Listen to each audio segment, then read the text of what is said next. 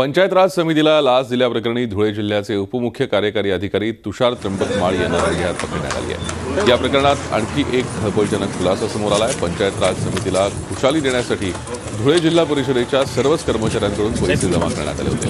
विशेष म्हणजे या वसुलीसाठी रीतसर रेड कार्डही निश्चित करण्यात आला असल्याचा गौप्यस्फोट पंचायत राज समितीचे सदस्य आणि आमदार अनिल गोटे यांनी केला आहे।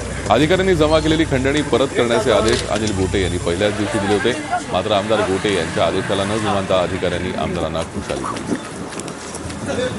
हे पैसे खंडणीसारखे गोळा केलेले आहेत, दिलेच पाहिजे असं, आणि एवढा मोठा लोकप्रतिनिधींचा अपमान दुसरा असू शकत नाही काय, म्हणून मी हे काढलं।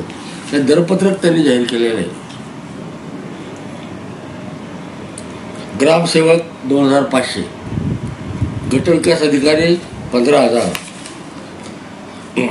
Assistant BDO 10,000, junior engineer 15,000, ADI 7,000, केंद्र प्रमुख 7,000, डेप्युटी इंजिनियर 25,000,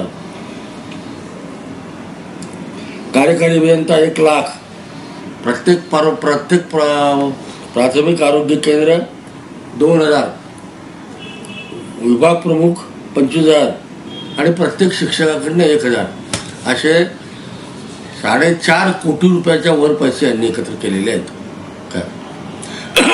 आणि मी आता मुख्यमंत्र्यांना सांगणार आहे की या सगळ्या प्रकरणाची चौकशी IPS अधिकाऱ्याच्या नेतृत्वाखाली एक स्वतंत्र टीम नेमून झाली पाहिजे, कारण हा अधिकारी आणि पदाधिकारी यांनी संगनमतांनी केलेला भ्रष्टाचार आहे, गैरप्रकार आहे, खंडणी आहे, आणि यांच्यावर खंडणीचे गुन्हे दाखल झाले पाहिजे।